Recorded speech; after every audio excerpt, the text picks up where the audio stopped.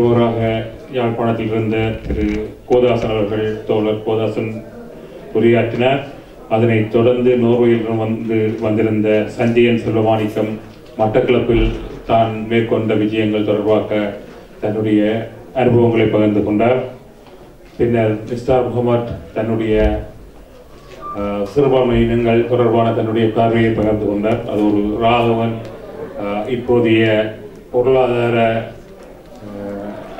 அபிவிருத்திக்கும் இலங்கை அரசுக்குமான உறவு, அபிவிருத்திக்கும் இன ஒடுக்குமுறைக்குமான உறவு பற்றிய அவருடைய பார்வையை உங்களோடு பகிர்ந்து கொண்டார். தோழர் காதர் அவர்கள் இலங்கை அரசு இன்றைக்கு உள்ள அந்த ஸ்தாபனமயப்பட்டுள்ள வடிவம் பற்றி, அதன் பாராளுமன்றத்தின்